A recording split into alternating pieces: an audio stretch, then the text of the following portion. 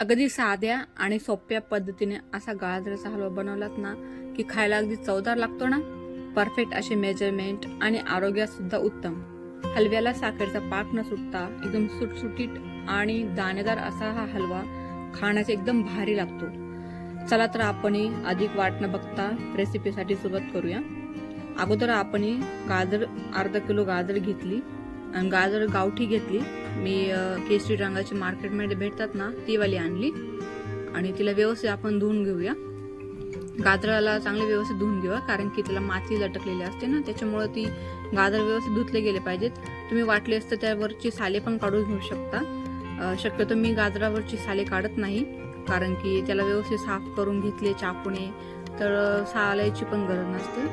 तर आपण व्यवस्थित त्याला साफ करून घेतल्यानंतर त्याला व्यवस्थित सुती कापडाने पुसून घेऊया जेणेकरून त्याच्यावरती जी असलेली घाण वगैरे असते ती निघून जाईल. आणि आपण त्याला किसणीने किसणी घेऊया. शक्यतो मी किसणी ही ना मध्यम आकाराची घेते, म्हणजे जास्त मोठे होल पण नसणारी आणि छोटे होल पण नसणारी मध्यम आकाराची किसणी असल्यावरती ना व्यवस्थित गाजर किसली जातात आणि एकसारखी पण किसली जातात. तुम्ही जर मोठ्या आकाराची किसणी घेतली तर गाजराची जे किसलेला भाग आहेत ना तो मोठा पडेल आणि तो पण चालतो, पण शक्यतो तुम्ही छोट्या आकाराची मध्यम किसलेला गाजर हा हलव्यासाठी एकदम परफेक्ट आहे. आता माझा गाजर इथे किसून झाले आहे. बघा इथे एकदम व्यवस्थित आणि बारीक असा मापामध्ये किसला गेला आणि हा एकदम ताजा गाजर होता ते जेणेकरून त्याला वास पण छान येत होता आणि एकदम हेल्दी आहे.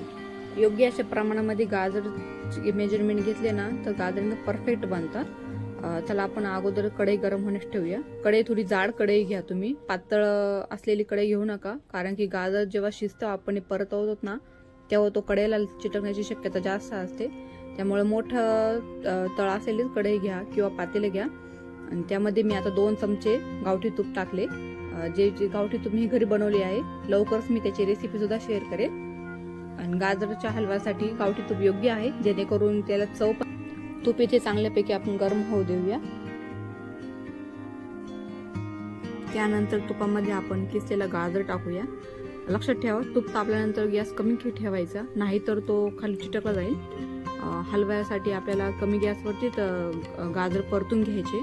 गाजर परतवायला कमीत कमी 10 ते 15 मिनिटं लागतात. तोपर्यंत आपण बाकीची तयारी करून घेऊया. ड्रायफ्रुट्स कट करून घेणे, साखर वाटीभर काढून ठेवणे आणि खवा किसून घेणे. खवा हा किसूनच टाकायचा जेणेकरून की त्याला जो गुठळी राहते ना ती गुठळी पूर्णपणे बारीक होईल जाईल. इथे मी आता 4-5-6 वेलची घेतली आणि तिला मी बारीक कुटून घेते खलबत्त्यामध्ये. आणि वेलची सिंगल कुटली जात नाही त्यामुळे मी त्यामध्ये साखर टाकते आणि साखर टाकली की ती पटपट कुटली जाते आणि त्याची बारीक अशी पावडर करून घ्यायची आपल्याला. तुम्ही बघू शकता. आणि हे एकदम ट्रिक्ट आहे की जी आपले व्यवस्थित वेलची बारीक होण्यासाठी साखर खूप मदत करते. आणि साखरेचा आणि वेलचीचा कूट झालेला आहे. आता आपल्याला ड्रायफ्रूट पण बारीक करून घ्यायचे. ड्रायफ्रूट पण व्यवस्थित मी बारीक करून घेतले. इथं बाकीचे सामान तयार आहे. 1 वाटी म्हणजे अर्धा पाव खवा, अर्धा वाटी ड्रायफ्रूट्स आणि थोडीशी सूट वेलची आणि 1 वाटी साखर. 15 मिनिटानंतर गाजराचा हलवा मधून हलवत राहायचा जेणेकरून तो खाली लागला जाणार नाही. आणि अर्धा कच्चा झालेला आहे तो तेव्हाच आपल्याला बाकीचे सामान टाकायचे, जास्त शिजवायचं नाही कारण साखर टाकल्यानंतर जी पाक तयार होतो ना त्या पाकामध्ये गाजरचा हलवा व्यवस्थित शिजला जातो.